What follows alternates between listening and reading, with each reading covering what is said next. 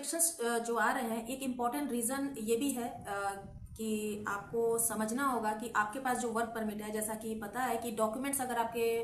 Perfect नहीं है, आपके डॉक्यूमेंट्स लेजिटिमेट नहीं है, लाइक आप वर्क परमिट को ले लीजिए, क्योंकि वर्क परमिट आपका जो है बहुत ही इंपॉर्टेंट डॉक्यूमेंट है। टोटल प्रोसेस जो है आपके वर्क परमिट के ऊपर ही डिपेंड करता है। अगर आपका वर्क परमिट लेजिटिमेट है तो और भी जितने डॉक्यूमेंट्स आपके पास कंपनी के थ्रू आते हैं वो सब लेजिटिमेट हो सकते हैं, होंगे ही, क्योंकि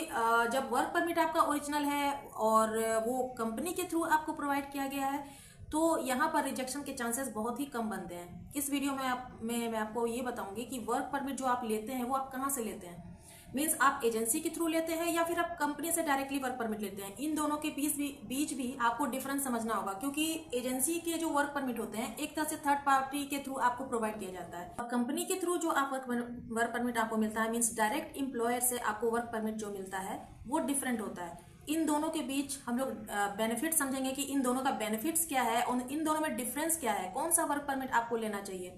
ताकि आपका जो वीजा है, अभी जो रिजेक्शन जिस तरह से आ रहे हैं वो रिजेक्शन ना आए। और इन दोनों के बीच डिफरेंस को समझ करके ही आप जो है वर्क परमिट के लिए अप्लाई कीजिए, तो आप समझ पाएंगे कि कौन सा वर्क परमिट लेजिटिमेट है आपके लिए, कौन सा वर्क परमिट फेक है आपके लिए। क्योंकि जिस तरह से एजेंट वर्क परमिट को एडिट करके सेल कर रहे हैं, आप उनको बिल्कुल पकड़ नहीं पाएंगे कि ये एडिटेड वर्क परमिट है, क्योंकि ये उनको ही पता होता है कि वो एडिट करके एक ही सेम वर्क परमिट को रिसाइकल करके डिफरेंट पर्सन को डिफरेंट जगह पे वो पहुंचा रहे हैं। तो मेरा काम है आपको समझाना कि आप लोग सबसे पहले अपना जो इम्पोर्टेंट डॉक्यूमेंट है वर्क परमिट, उसको समझना जरूरी है कि वो लेजिटिमेट है या नहीं। परमिट अगर आप किसी कंपनी के थ्रू लेते हैं, मीन्स डायरेक्ट एम्प्लॉयर से लेते हैं, तो ये आपके लिए बेस्ट एंड सेफेस्ट वे है डॉक्यूमेंट्स को लेने का। क्योंकि अगर आपके पास वर्क परमिट लेजिटिमेट आता है तो उसके बाद जितने भी डॉक्यूमेंट्स है सब लेजिटिमेट ही होंगे, क्योंकि आप डायरेक्ट एम्प्लॉयर से ले रहे हैं, और ये आपके लिए मोर रिलायबल और फ्रॉड होने के चांसेस इसमें कम रहते हैं।